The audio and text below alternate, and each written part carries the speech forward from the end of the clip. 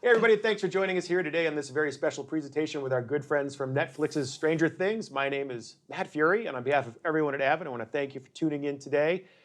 You big Stranger Things fans might remember a few years back, we did something kind of like this after season 1. It was really cool. We did it in Joyce Byers' living room. We had the alphabet and the lights and everything. But as you diehards know, Joyce sold the house and moved away at the end of season 3, so there goes that. So now here we are in our little studio in Burbank. But thank you so much for joining us. We lost the cool set, but we gained some new friends. We have the sound team joining us as well this time, which is going to be a lot of fun, because, I mean, look at them, they're just fun people.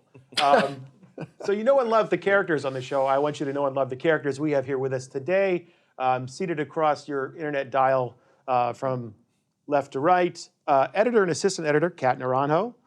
Assistant editor, Casey Cyhockey. Greatest name ever, Cyhockey. That's like, we'll get into that later. Yeah.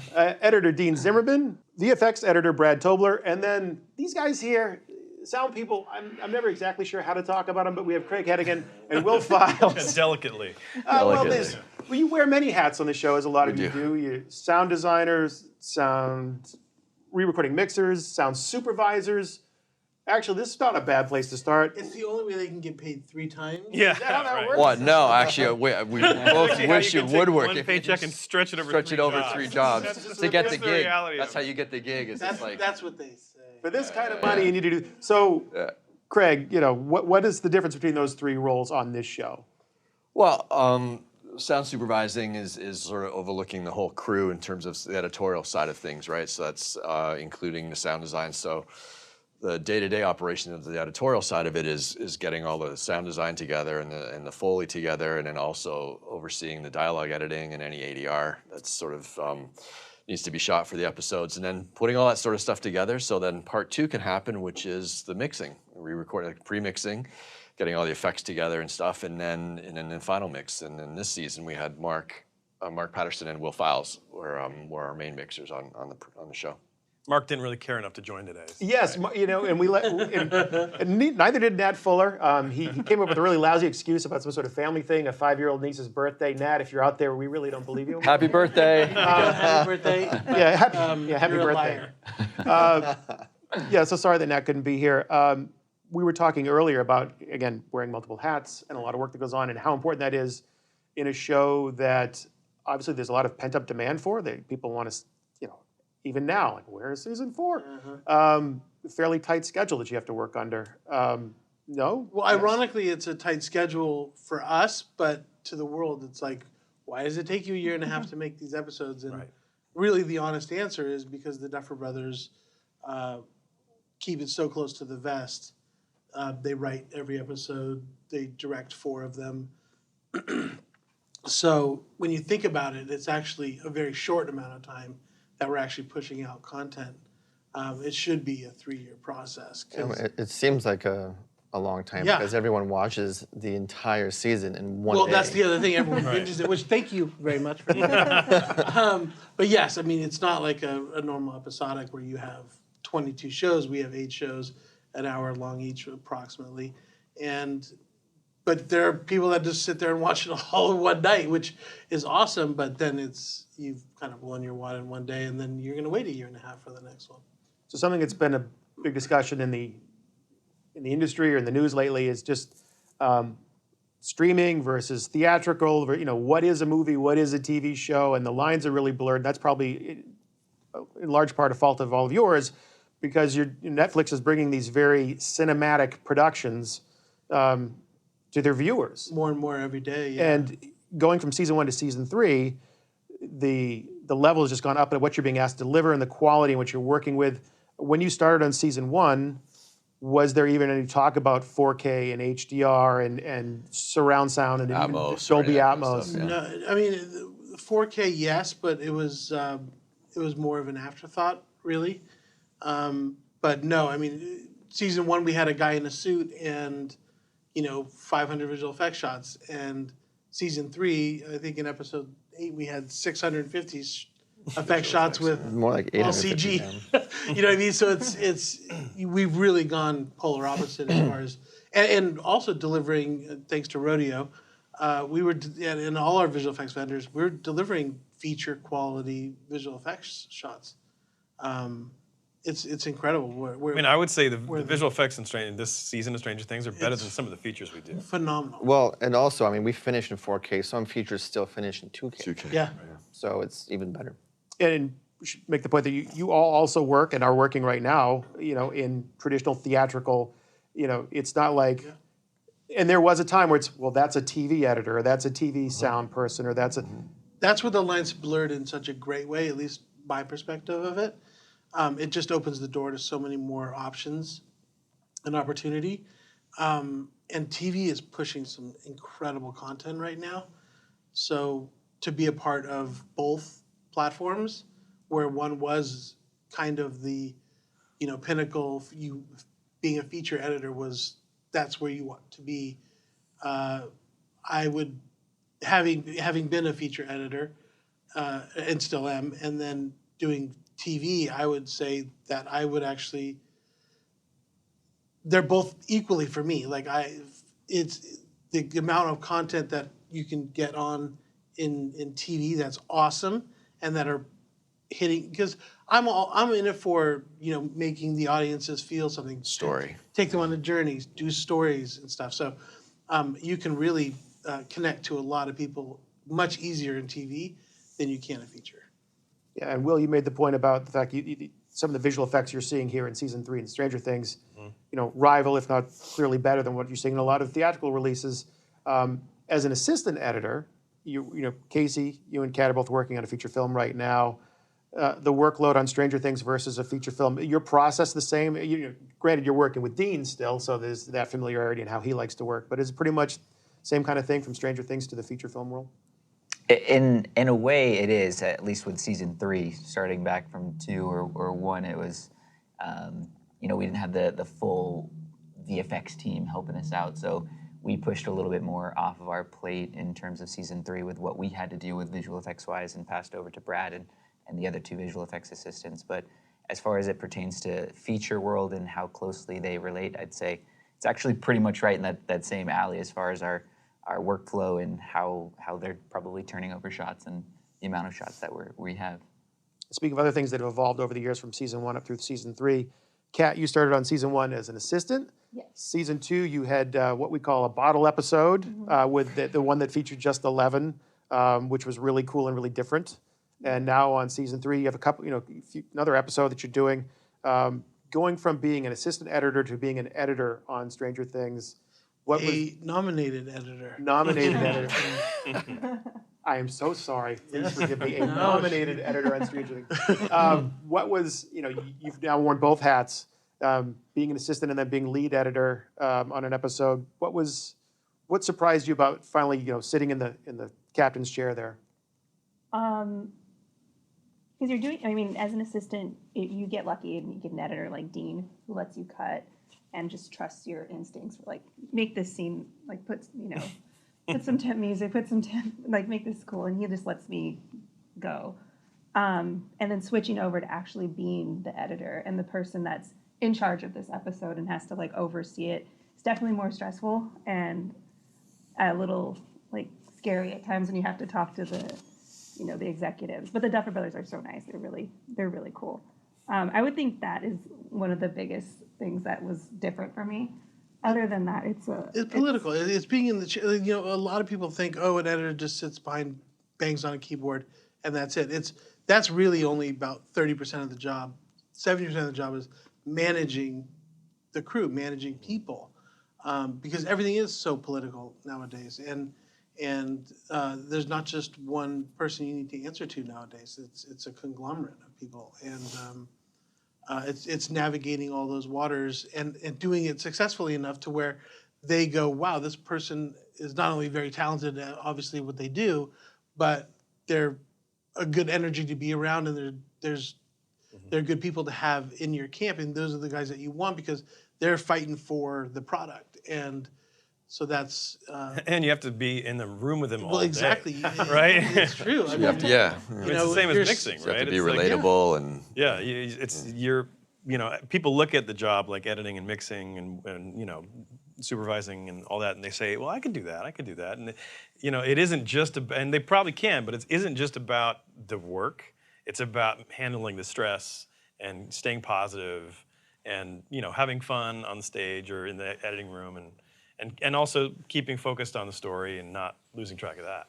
Well, the six of you seem to do that pretty well, and we were having some fun earlier with the, oh, well, today I'm a sound designer, today I'm a re-recording mixer, today I'm a supervising this and that. You'll have to work together pretty tightly to turn around a show this quickly at this level of quality. Sound informs a lot of what you do. I mean, it plays even from the very first season, sound was a big part of what made Stranger Things what it was. Absolutely. Do you find that you work together tighter on a show like this? That sound stuff is brought in earlier in picture than in other things, or? The way I like to work is I do a full integrated editorial. So it's not only just sound, it's music. Music's obviously the heartbeat of our show. The sound brings everything to life, and visual effects are what actually is the visual medium for to capture everyone's attention. And so you have to work so closely with them and be so open and collaborative with them. You can't be your own separate entity. And there are lots of times that I've been in situations where editorial's been viewed and or constructed in a way where it's its own little thing and it never works.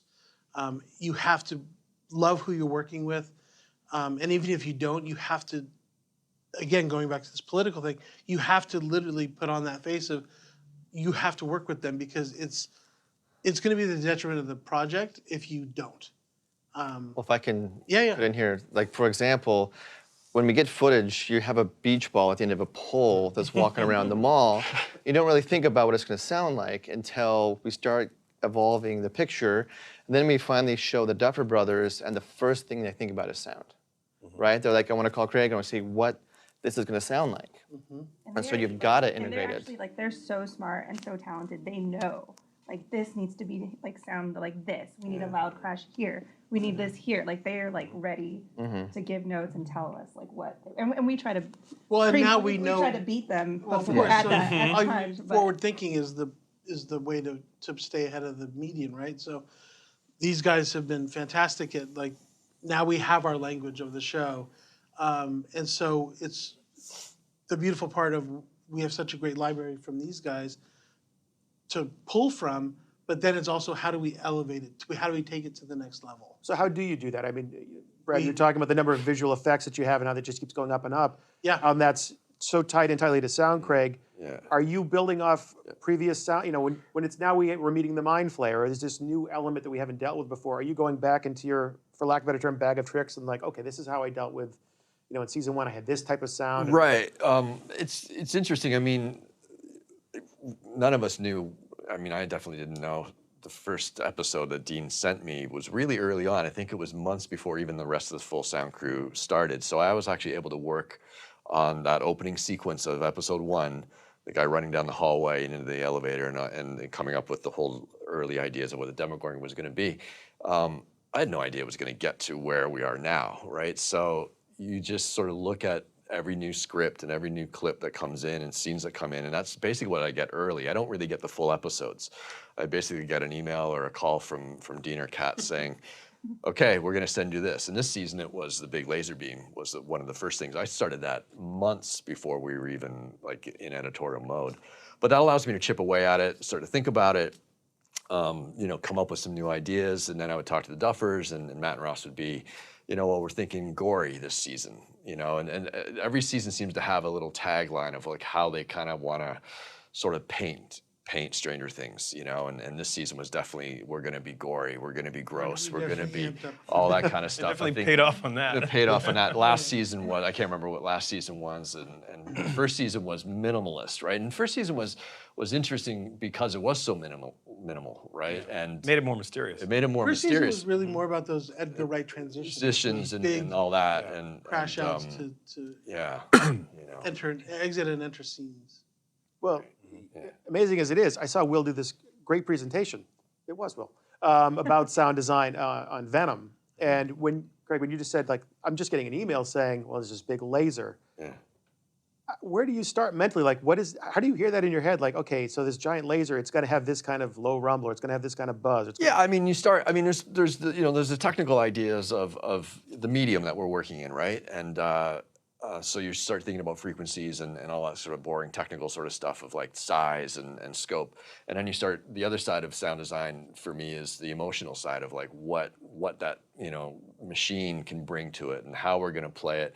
And then, that scene for sure was like, well, the beam is hitting the wall, and then you gotta get out of the way so that you're hearing, the tentacles coming through the wall and the cracking, and the amount of detail that we do on this show. Everything is moving and everything is sort of forming and stuff. So there's no real stagnant, steady sounds at all. So that's probably one thing with the laser beam, was to make it feel like it was growing and needed to pulse and stuff, and then it needed to sort of like get out of the way for sort of the other story points that were happening in the sequence. But really, that came from these guys. When I finally did get that clip, it actually came pretty close. Obviously, Brad had a lot of work to do I was just visually. gonna say, the big thing is, that was one of the first things that was shot, Yeah. right? So we immediately cut it.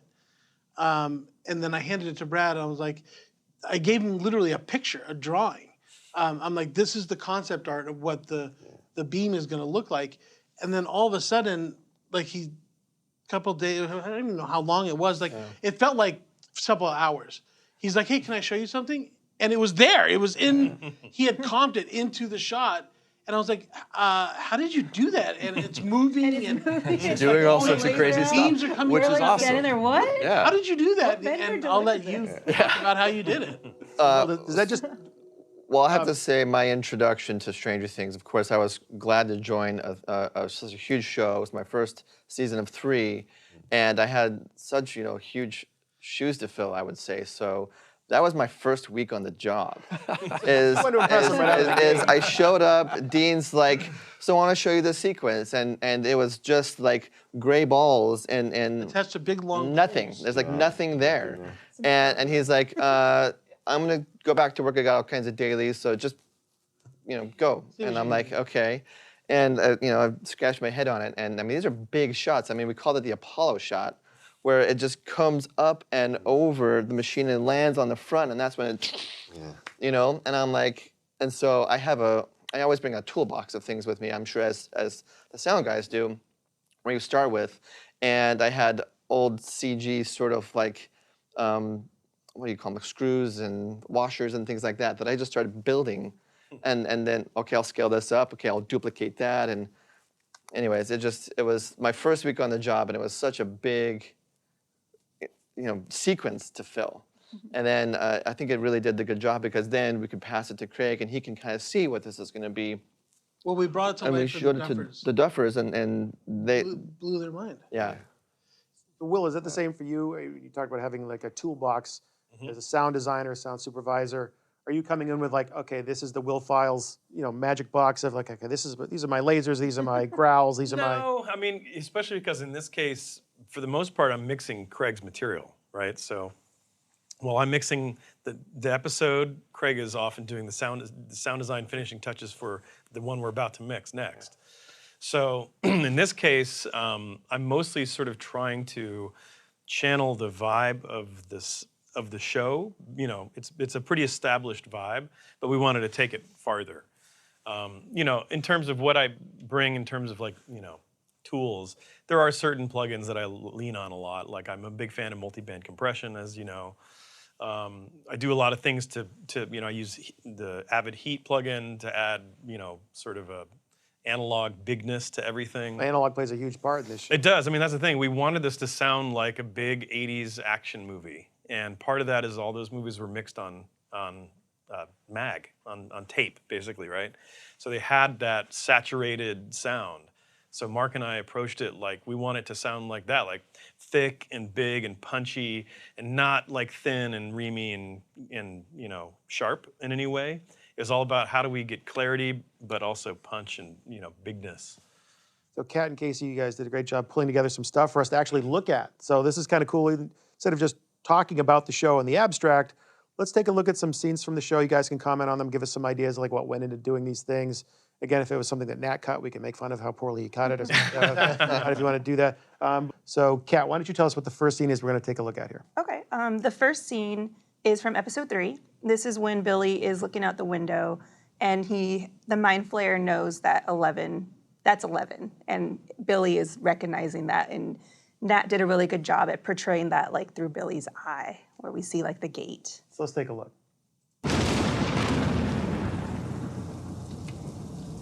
So this is a Nat episode. This is a Nat. Yep.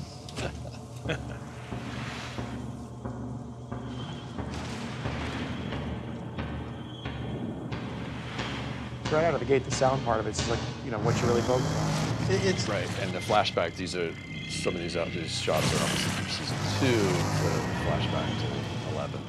At this point, we're already 2 episodes in, and we had already sort of established a bigger sound. Sound already. For the, new language. yeah, and so we actually, when we first put it up, we were kind of like, oh, it's a little tame.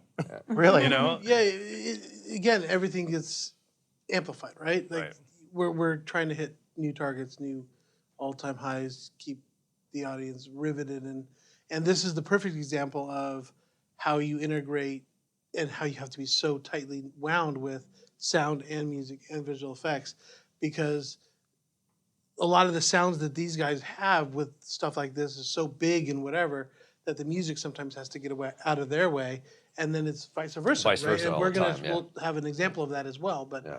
it's that balance, right? It's the harmonious balance that really we all kind of have to police together. And so there's so many conversations, behind the scenes of, well, let's approach the scene this way sonically, because we've just come off of some big crazy music. So let's make this one a little more sound centric. Those conversations happen all the time, and the Duffers are very keen on when we're playing too much music, when we're having too much sound, and when it clashes and when it doesn't work. A lot of times, Craig will do this awesome sound, and then Survive will do these like big song, and we put it all together, and it's just like you Right. can't. Can't hear anything. Actually, the first iterations of what Survive did for this, they did more of like a progressive subby boom, boom, and like amped it up. And then when we got Craig's stuff in, he was kind of going in that same direction, and they were almost sitting on top of each other a little bit more. So I think Survive ended up dipping it a little bit lower for Craig's stuff to. I think they kinda drive simplified this. the orchestration a little bit. I mean, Yeah. there was a lot of that happened in the mix as well, where we would take out one element that was taking up a lot of room in the mix, and either that was from the music side or the sound design side. We'd find like, okay, what's muddying this up, and we'd either lower it or in a lot of cases just take Get it rid of out. it, all right? Yeah. And sometimes in like when we do or screenings, I know that you would say to the Survive guys sometimes, or Sean Levy or the Duffers would be like, Craig's going to be in this. I think he said like frequency. So Yeah, the Survive, you different- stay out of this. The different ranges that Yeah. we try to. I mean, we do. The great thing about the team that we have here is we actually do spotting sessions with the Duffers With all way of us. before we start mixing and stuff, and usually, definitely 3 or 4 weeks out of the mix, and I've already had a chance to sort of get the sounds sort of going. Dialogue editing is working, ADR, and obviously Survive is writing music, visual effects is trucking along. But we sit down and we actually watch the episodes together with the Duffers, and David Klotz, our music editor, and Survive. We basically just go through the episodes and we sort of talk about what we're doing and what we're not doing. And a lot of times these guys already have a really great temp track, of how they want the shape of the show to work. Hugely helpful. I mean, Music, that was all actually the first needle thing. drops. Yeah, that was Yeah. a big thing. Is that kind of integration unusual for a Well, project so like this? it's not for TV. That's the thing. And so when we did season 1, we were kind of, developing this paradigm of how Netflix was going to build their post-production process with Kevin Ross, obviously the editor of season 1 and 2, along with me on season 1. But I didn't do season 2. We kind of came up with what's the, Kevin, and I've known Kevin for a long, long, long time. And so we were basically sat down before everything started and said, I'm a feature guy. This is how I do features. He's a TV guy. How do we marriage this to get us the most creative freedom possible? And so we came up with, let's do all the finish work at the end, but doing spotting sessions and things of like, certain things like that, doing visual effects reviews, all that was part of a very feature-centric world that we brought into this TV. Because basically we're making a 8-hour. An 8-hour feature film. Yeah. That's really kind of how we approach these this series. Knowing that, how do you break things up? I mean, do you just like, we're working on this episode and until we're done? Or are you just you could be working on parts of episode 1 and then parts of episode 7 All and the then time. back. You're all He over would the say place. we'd be in 101 and he'd be like, okay, in 107 we're going to do this, this, and this, you know, and Well, a lot of heads up. I will say that this platform, especially with Netflix, does change the way TV's done. Because I've done TV with broadcast, which is you do one episode, you deliver it. Maybe you're working on another one, but you don't really touch the later one until you've delivered the first. With Netflix, it's a big delivery package. So I was kind of scratching my head, like, when can we sign off on 1 to move on to 2? And they're like, oh, you don't. And the same with the mix. Will and Mark were fixing stuff up at the last minute. I think Basically, 1 was the last episode we finished. Yeah, actually. yeah. Yeah. Or you do something cool in episode 8, and then these Yep. guys would be like, "Oh, we got to go do it." Which was great. We got to do that. It gave us a chance to go back. In fact, this scene, Yeah. when the thing is sealing up, that was something we had developed a better different sounds. sound for later in the series, and we came back and put it in this scene. You find yourself catching things like because you're doing it that way. Like, Yeah. wait a minute, didn't we change the way this thing sounds? Well, because you want, especially with signature sounds like that, you want them to be uniform. Which again, it just goes to that this to be as creative as possible for as long as possible. Yeah. Which is our mantra all the time, and it works with shooting as well, right? So we'll cut episode 1, 2, 3, 4, and as they're shooting 5, 6, 7, and 8, we could go. We would love to get something here to connect this later, right? And they have the opportunity to go back while they're shooting and grab a shot or grab a couple lines of dialogue on camera that we need. It's such an amazing way to work because the Duffers write such tight scripts anyway, and basically every word of the script is what there is no deleted scenes in Stranger Things, and if they are, they're very minimal. So to be able to like go, wait, if we had something here to really help explain this or plant this seed a little earlier, we've done that so many times, and it's awesome because it's almost like a crutch now that everyone kind of leans on because you're able to, and it's such a great way to work because it allows you that creative freedom and that ultimately telling the best story, and that's what we're all here to do is tell the best story to engage our audience, make our audience love our characters, and ultimately love the series. So speaking of best stories and great stories, let's watch some more of these great stories. Kat, you got another clip for us? All right, this is episode 6. This is the mind flare or The memory cloud. Memory cloud. Yeah. And this is where Elle goes into the void and then into Billy's mind, if you will. This scene, probably more than any other scene, evolved through since the time that we came on a post, evolved quite a bit.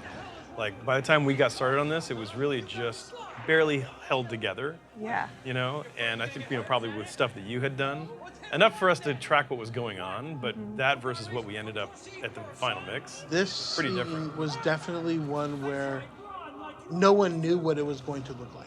Yeah. Nobody did. Well, and there's such specific like lightning beats too that if anything changed, we had to immediately let sound know because you don't want to have a sound of a lightning strike when there's not one, and vice versa. Right. Yeah, this is all just green screen. And the Everything director was- just wanted it to be like vignettes of It's parts just that were happening. just vignettes of his life and the big memories of Billy, the transitional memories of Billy that made him who he is. This violence, this feeling of being alone all the time and having to fend for himself, and so Billy's character literally is being told here his growth. And I Yeah, and it's just her walking through the storm. It's getting like bigger and bigger until she gets to the eye of the storm. This was one of the scenes in the mix that we mixed wrong the first time because we made it more about the weather and the event and not as much about the emotional stuff. And in the end, we ended up stripping out a lot of the sound design actually and really leaning into the dialogue. And you know, we had the swirling voices going around. We had all this stuff that we ended up being like, you know what, we're losing the story beats, which is the dialogue. And so we stripped a lot of stuff out, and then it was mostly just about how do we have enough sound that it feels like they're in a storm, but let the music and the dialogue carry the scene. Even though it's a big high concept scene, we kind of mixed it pretty dialogue and music centric. And then When you get these high concept things, I mean, you're not getting a lot of, you know, the script is probably pretty short. It's basically just sort of high level, like, well, this is what's kind of happening. Well, it's she walks through Billy's memory and then walks into the eye of the storm. So now we're literally in the eye of the storm, right? And the idea was here to kind of just drop out sound and let her be in this peaceful Eye of the storm. kind of eye of the storm, quaint spot, right? But having this big chaos go around her. And that, obviously, that balance, what does that sound like? What does it look like? Because again, no one really had a vision. This was Uta's episode. So really no one had a concept of what this was going to look like. This was probably some of the last visual effects, right, Brad, that got dropped in? Yeah, this actually, I was going to say, it was one of the more challenging visual effects episodes. We went through so many iterations of what this looks like. Yeah. In fact, it went through so many that I was actually off the show before we actually landed on what exactly this was going to look like. And also, Elle falling, I saw there, that whole concept changed because she was in a spin wheel with all cables, and that's really complicated, very expensive to paint out. And we decided to go kind of simply just phantom camera, fall back on black, and I think it really worked. Works great. When you have these quiet moments like these eye of the storm moments for sound designers and for sound work, can it be harder that you're dealing with very intense quiet and because you get all kinds of noises going on, you can sort of cover a lot of things up. Or whatever, and the detail becomes much more, heightened, right? And that's one of the signatures I feel like we try to always achieve with Stranger Things is that dynamic of, very aggressive and very loud, but then go right down to sort of like the nucleus of what the scene needs to be, even if it's just Elle breathing, or when we go into the void and it's just you just hear the feet on the water ever so slightly, and we established that in season 1. And the Duffers were down with it to sort of do these real dynamic things, and I think that's just something that's carried through all the seasons. And it just becomes. Sometimes it's like you look at a scene and like what Will was saying, we mixed it this way, but you just take a beat back and you're like, well, of course it should be just about the dialogue and the music. It shouldn't be about the weather. But a lot of the scenes are actually pretty evidently like, oh, we're going to go this way. And once everybody locks in, it becomes much stronger. And I think this series does it more than any other series I've ever been on in terms of everything just locking in, music, visual effects, story, the way it's edited, all of it, the way it's color timed, all those sort of things. I feel like there's so much going for it on this show because everyone just brings their A game all the time. Well, and somehow we were all creatively on the same page, which doesn't always happen. And I think part of that may have come from all those early spotting sessions and the fact that we've all worked on features together and that kind of thing. But I think we were all making the same thing, making the same show. Instead of, sometimes you get one guy or the other guy sort of doing his own thing and you have to kind of bring it back. But I think we were all pretty much in sync creatively. Yeah. Which It also is a big testament to the Duffers allowing us to do our job. And they are And really supportive. and take chances. Really, Well, that's the thing. They encourage us every single day. Yeah. Do whatever you want to do. Like, Yeah. get dirty, play in the sandbox. Yeah. We don't care. Yeah. Same with Netflix. Like, they're just like, yeah, give us the best, right? Give us the goods. Every time Mark and I would do something crazy in the mix, we'd be like, oh God, they're gonna hate this. And it's And every Like, time "Can they'd you be do like, that that was more?" amazing. let's do it. That's when you go back into the other reels. It's like, let's try it here. Let's try it Yeah. here. Yeah. It's the freedom to express yourself creatively huge. is unlimited. Yeah. And the Duffers are at the helm saying, yeah, keep it coming. That's one of the best parts of this show is It that really we is. all work together so well. Like the whole crew, we all love the show so much, and all we want to do is make the best show. And we just work with each other and bounce ideas off of each other, and it's a fun environment. And with that, it's a constant communication, right? That's obviously communication is key in everything you do. It's to pick up the phone, even if he's on some crazy movie like Terminator or something, and he's not even on Stranger Things, I'll be like, hey man, what do you think about this? Did you read episode 3? Like there's a section in here. Like what were you thinking? Because this is what I was thinking, and I just want to make sure we're on. Like it's all that kind of little stuff. It's that personal connection that we all have that I think people are, it resonates with people because we bring it to the show. Well, I think one thing that's it's not necessarily unique about you guys, but really stands out about you guys is that I remember when we first started talking about doing this, how proud everyone was. I mean, everybody said, "Oh, season 3, I'm just so proud of some of the stuff we did in season 3. I'd love to talk about it." And the point I'm laboring to get to is you also sort of give off a sense of ownership. Like you're not just freelancers, you're not just contractors, you're not just going through and going, okay, this week I'm working on Stranger Things, next week I'm working on whatever.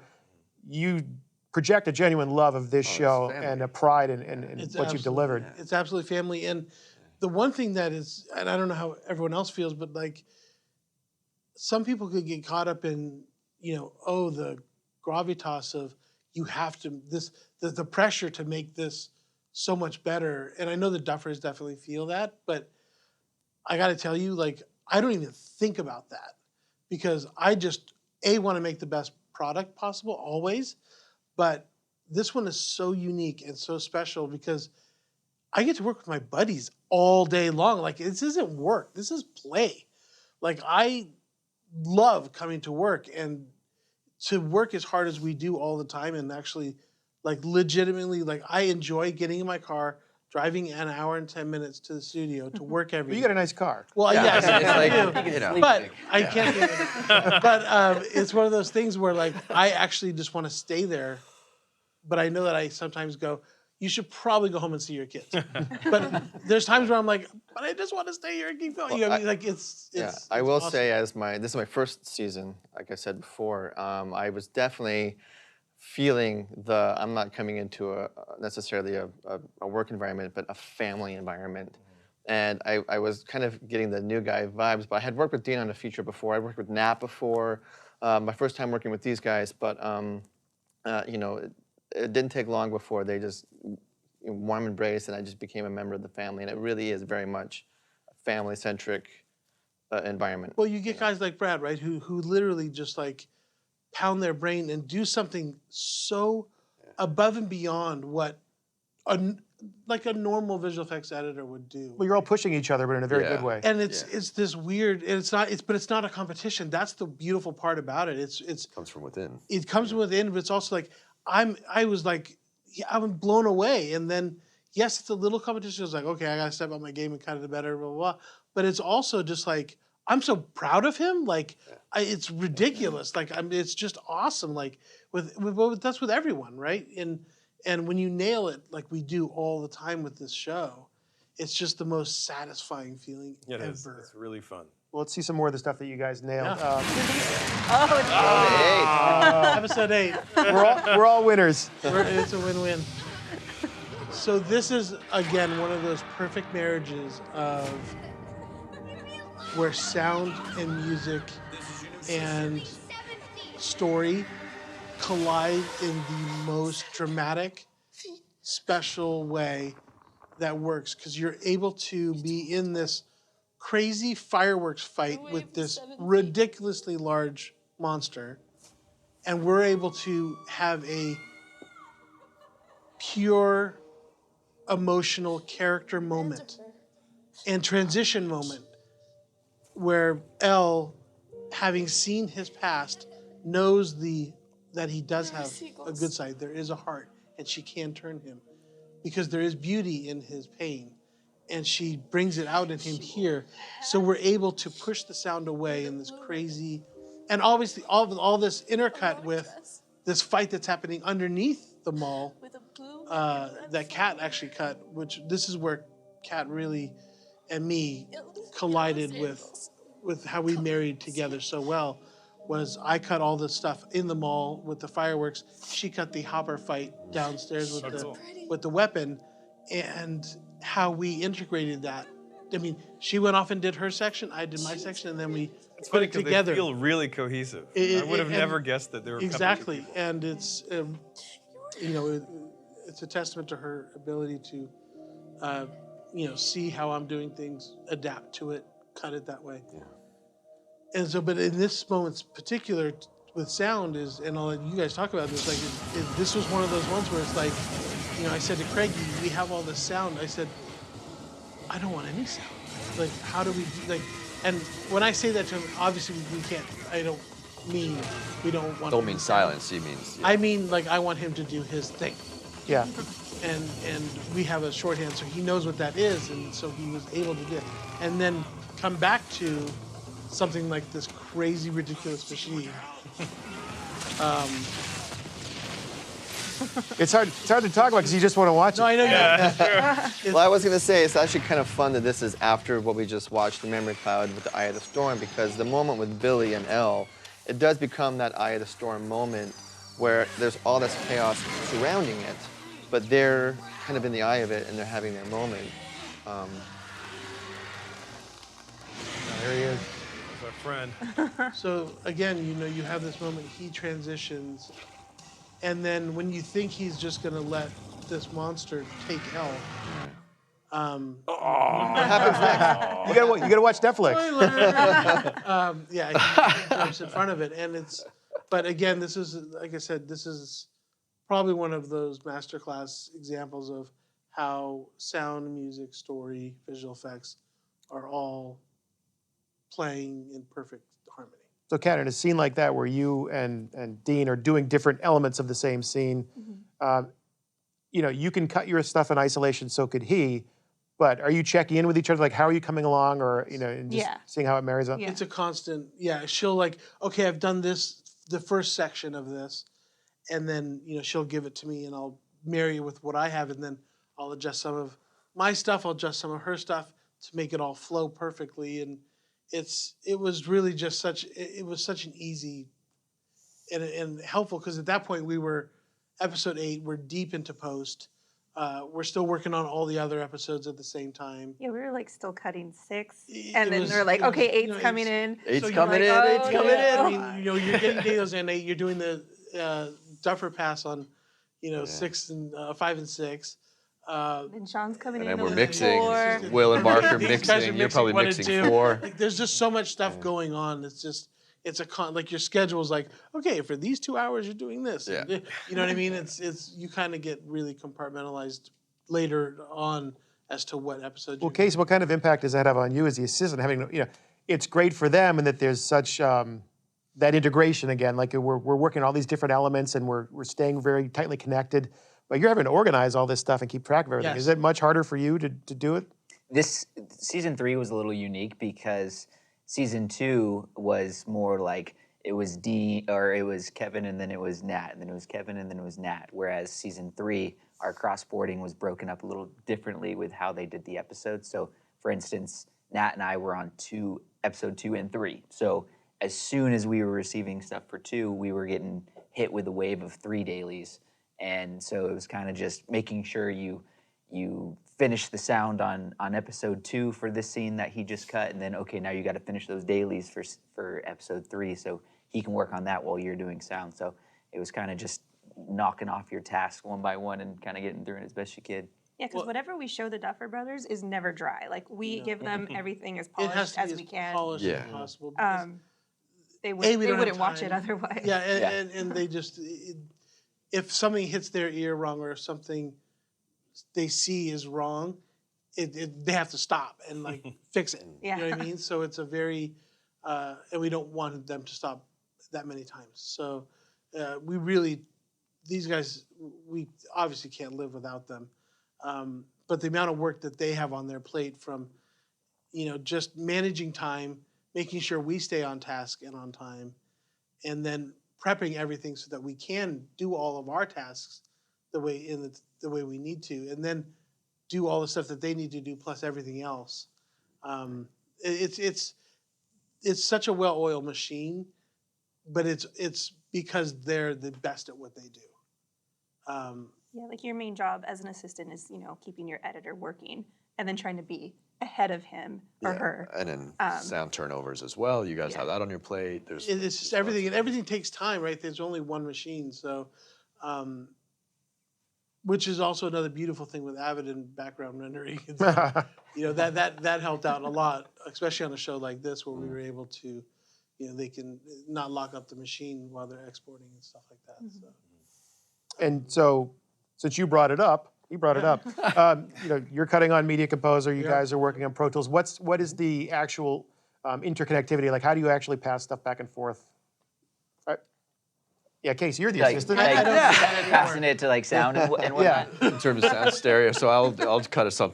So they'll send me QuickTime or whatever a clip or scene the machine from episode 1 of the season or something like that, and then I'll do a version of that and I'll cut it in 5.1, but then I'll do a down mix to stereo, and I'll usually give them a few elements. And then they'll put that back in the Avid, and then everyone starts to get to live with it. And then generally they'll add little bits and pieces of sound that they're like, oh, maybe sweeten it with this or that. And I'll take that back and look at what they've done and then further adjust it from there. And then same with the music. You guys are cutting a lot of music in from the library that Survive has made over the years. So it's actually a really pretty tight Avid mix when we do start editorial proper. And then from that point on, we sort of have a really good roadmap of stuff that we've already integrated from the sound design level into what they've already been doing. Hopefully Survive has some cues already musically in there, so that by the time we get closer to the mix, our sort of roadmap is really sort of locked in. In fact, that was always the first thing I would do when I started mixing an episode, is I would put up the Avid mix and watch the whole episode and just try to take it in. And then as I was doing my work, I was like, they made a bigger moment here. Yeah. That's a good idea. We should do that. Or like, there was the sound in the Avid track here that was really effective. I'm just going to steal it. Yeah. So I would actually mine the AAF tracks for little, a lot of times it was like, oh, they had a cool, stinger on that door from season 1. Let me steal that. Yeah, me and Casey do that to each other too. Like, Yeah. what was that noise when What was that thing that we made here? I need this bang from like that episode last season. Right. And you're like, oh, I can find that. You actually almost develop your own language. That's it. Of That's course. what it is. Yeah. And we have all the mix downs from season 1 and season 2, so they can lift them out of stereo. But we've even actually gone further than that. Casey's actually broken them down by, here are all the doors, here's all the stings, here's the mind flare. So we do have a Stranger Things library of sorts of their stuff that they can pull and cull from easily to fill out our tracks quickly, so that we can present to the duffers. And that shows the intent. And then my job is sort of try to make it Take better it to than the next level. what And we he always did last does. season. I know we get Craig's tracks in, we're like, whoa.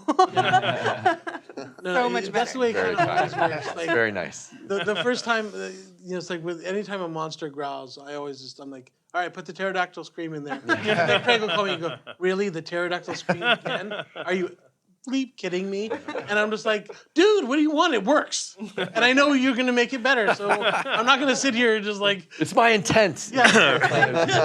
Files is always pushing that Wilhelm scream anyway. So. That's right. That's Nat too. Nat is all about Nat loves Wilhelm. He's like, you gonna put the Wilhelm? I'm like, no.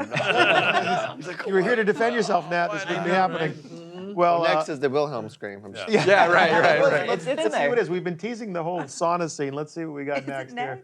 The cabin fight. Cabin fight. So I feel like this is a good reference for what Craig was talking about earlier with like being delicate in certain areas. And Well, although lights. there's no sound, there's plenty to. There's plenty to sort of get your ears to for sure. But The rattling of the plates. The creaking of the wood. They wanted the brothers wind. wanted to hear some rustling through the trees in the distance to get the feeling of something's approaching and something's about to happen, but not knowing what. Yeah, this was a crazy scene. This was one of the. well, the obvious touchstone is T-Rex in Jurassic Park, right? Yeah, that's But the way, they dropped the music out here. How great is that? yeah. Right? But again, these are decisions that were made Early on. but then also sometimes on the stage where it's like, nope, let's really create a hole here. And I remember, I think you temped with it here. Yeah, Oh, The did It- you? The It soundtrack, which is kind of fun. that was big. Oh, yeah. These tentacle sounds were like part of the first package of sound effects that Craig sent to us for season 3. Yeah.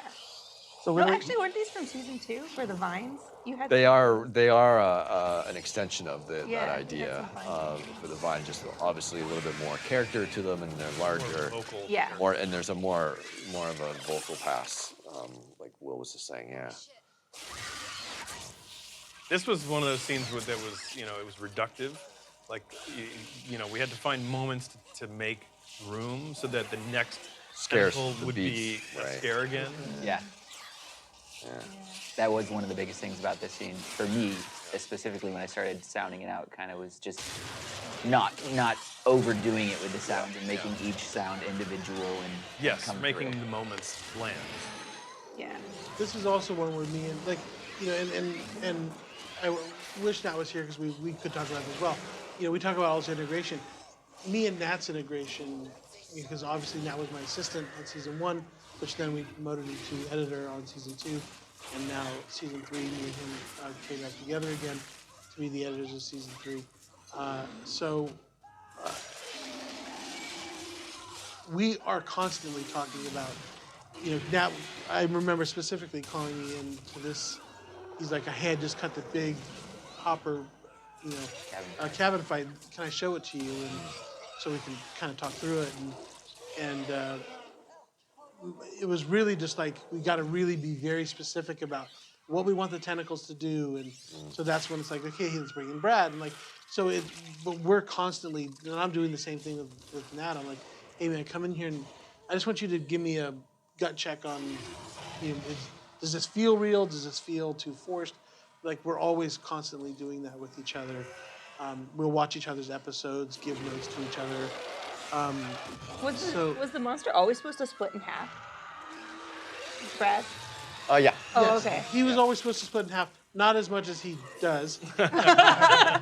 Well, that's another thing with like the Duffer Brothers is you don't know what it looks like until you see it. Right. So when they see it, they're like, I want more. No, they're like, Yeah. no, splice him in half. Yeah. It's like, okay. took me a month just to split him once. Now you want Right, another one? Yeah, right. I remember Nat being all excited. He's like, he's going to be split in half. Yeah. It was kind of, this was the reference, the Duffers were referencing Terminator, when, Right. when So when he, T2000. yeah, the T-2000 broke in half. It was kind of just like flopping around. So that's kind of what they wanted to go for. And it took a bit to get there, but we got there. Well, you absolutely got there. From the very beginning, from season 1 all the way up through season 3, you along with Netflix continue to break new ground, really up the game, bigger, badder, better every year. Yep. Again, with the 4K HDR stuff and the surround sound, it's like if you got that kind of setup in your living room, it's like you never want to The leave. HDR of Stranger Things season 3 is something like I've never seen. Yeah, and so just being able to watch this stuff with you guys, I'd like a little credit for never calling you when I'm watching these things because only once did I. Like, why did you touch angle that? He called me once. I couldn't help it. It was such a. That was good. That's good. I love it. Oh, good. Well, I'll call anytime. Well, so you were so gracious to spend this time with us today. I know you got a lot of work to do. There's a thing called season 4 out there somewhere in our is. future. Yes. So Sure. get cracking. You want any spoilers? No. No Yes? spoilers. I would love to tell you, but I know nothing. Oh, well, what a great way to end. Right. Thank you all so much for your time today. Thank you all for watching this, and Thank you. be on the lookout you. for season 4.